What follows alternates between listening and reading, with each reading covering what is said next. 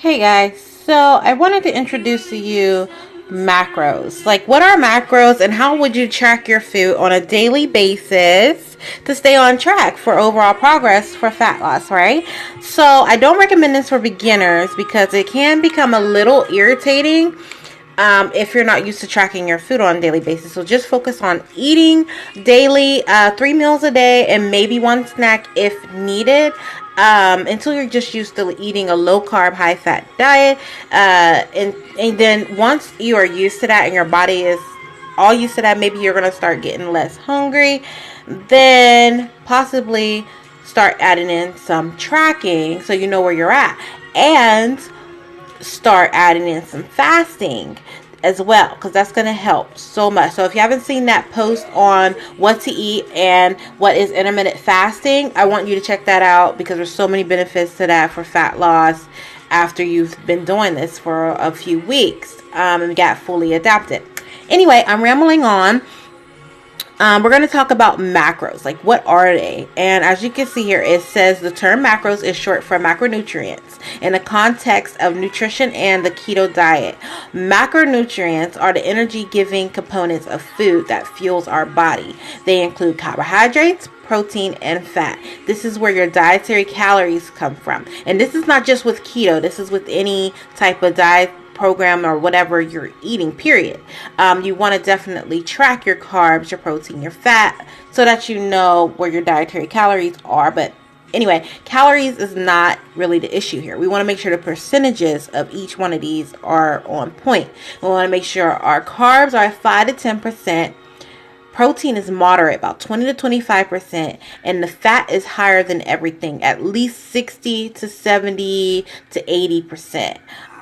If your goal is fat loss, I would suggest maybe after just eating, straight keto for a few weeks, just getting used to it, not tracking or whatever, I would suggest making sure your fat percentages go back down and make sure it's at least 60-65%. See how that works for you.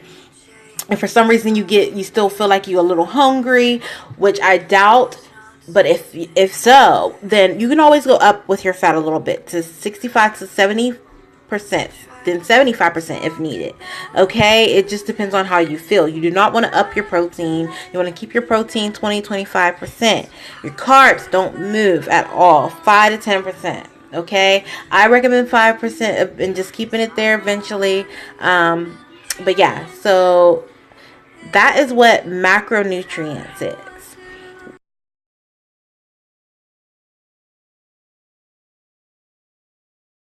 Hey guys, so we already discussed like what are macros and tracking your food on a daily basis in the first video.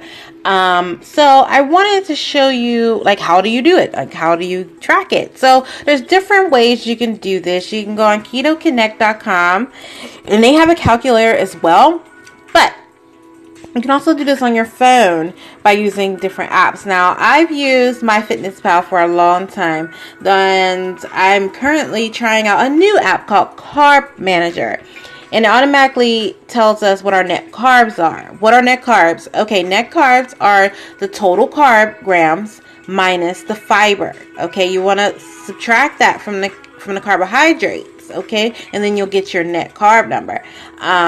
So definitely make sure you're eating stuff high in fiber. Like a lot of vegetables might be high high in carbs, but they're actually very high in fiber, so it takes away from that. But anyway, yeah. So we have this app here that I use, and it helps out so much.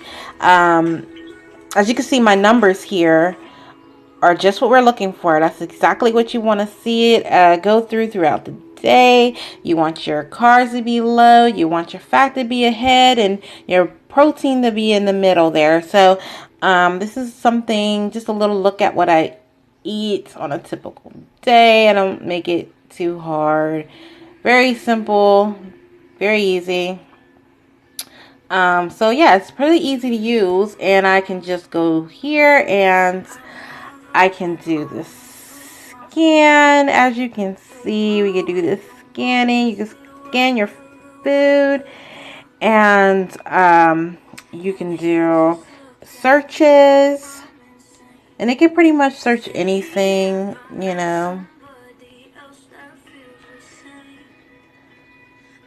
it will pop up.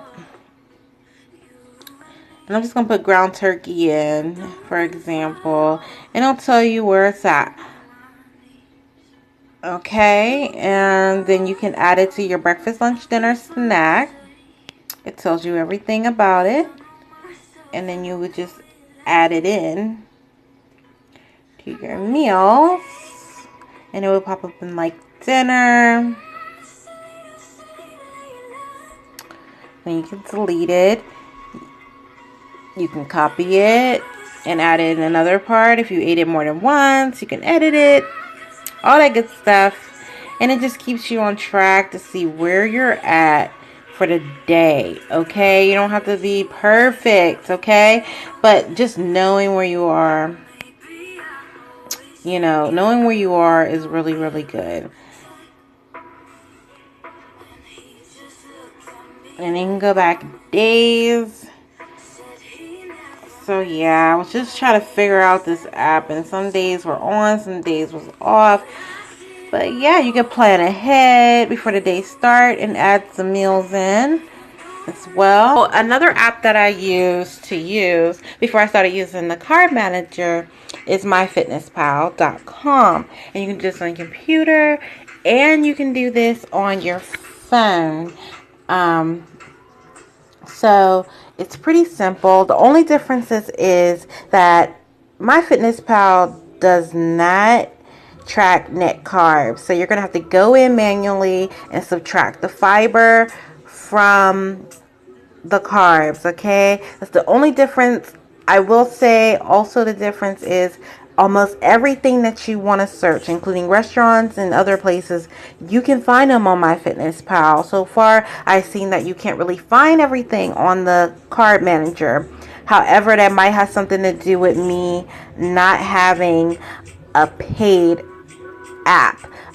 It's only $3.50 for the year. I'm gonna get it, and then I'm gonna see the differences. But so far, I love MyFitnessPal, but I love the card manager because it takes that guesswork out for me. You start an account, you set your goals, and you know, you put everything in, and you click nutrition and everything. And these are my goals. That's where you will see 10% carbs, 65% fat, 25% protein. In order to edit that, you go to goals and you click calorie and micronutrient goals. And that's when you will edit it, everything, your calories and your macros. So you just click either one of these. And you just want to make sure that it stays in the 100% down in the corner there range. But like I said, for fat loss, these are the numbers that you're going to definitely want to hit. And yeah, so it's pretty simple. And you're just going to click up here where the calorie numbers is. You're going to click that, and you're going to put your meals in here. Add food. That's what you're going to click. You're going to click add food. And as you can see, I have mine already separated. Like one of my fasting liquids that I have, my first meal of the day, my second meal of the day, and my optional third meal of the day. Snacks are optional if needed basis. So I would put my meal here. I would put like, you know, you can save meals. You can put one of those, or you could do some like raisin, maybe some a large egg. It tells you everything about it here, and then you would just click it and add it to your thing like that. It's that simple. You can click the pie up in the top corner to see where you are for the day, and it's going to go up and down until the end of the day. But of course, you want it to be around here. You want it to look like this. But, I mean, you could pay for it, but it really don't make no sense to do that. I mean, honestly, it's more expensive than the card manager app than just buying that for the whole year. I typically wouldn't do that. But you can always go in and subtract the carbs and everything. You're just going to turn it sideways here, and it'll show you everything, like where you are, what you have remaining, the total carbs, what you have left. everything. And you can definitely track that. Okay. Which is awesome, of course. And you can always replace sugars with fiber. You can go in your settings and set that. Yeah, so it's pretty cool. It's actually not bad at all, is it? Hope you guys enjoyed the video, and see you in the next one.